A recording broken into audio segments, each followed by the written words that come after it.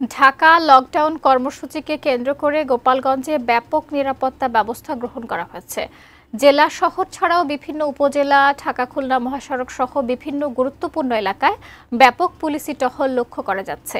এ নিয়ে আরও বিস্তারিত জানাতে গোপালগঞ্জ শহর থেকে যুক্ত হচ্ছেন প্রতিনিধি সজীব বিশ্বাস। সজীব, কি অবস্থা, সার্বিক চিত্র জানাবেন। শাকিলা, ঢাকা লকডাউন কর্মসূচিকে কেন্দ্র করে নিষিদ্ধ ঘোষিত যে আওয়ামী লীগের কার্যক্রম সেটি কিন্তু সেটি ঠেকাতে বা সেইটির যে এইখানে আমরা যেটা দেখেছি যে গোপালগঞ্জে কিন্তু ব্যাপক নিরাপত্তা ব্যবস্থা নেওয়া হয়েছে এবং আমি এই মুহূর্তে রয়েছি কিন্তু ৭ই মার্চ চত্বরে গোপালগঞ্জ শহরের।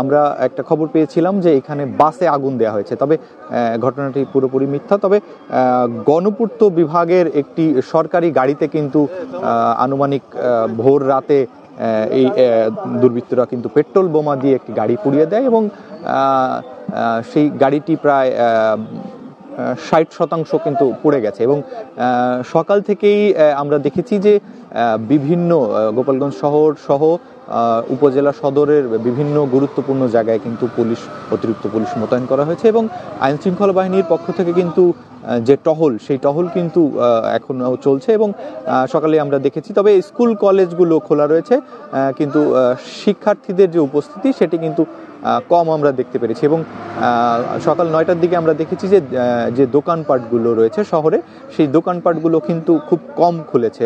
আশা করা যায় যে বেলা বাড়ার সঙ্গে সঙ্গে সেগুলো খুলবে। তো সবকিছু মিলিয়ে এই ছিল আমার কাছে গোপালগঞ্জের আইন শৃঙ্খলার পরিস্থিতির সর্বশেষ।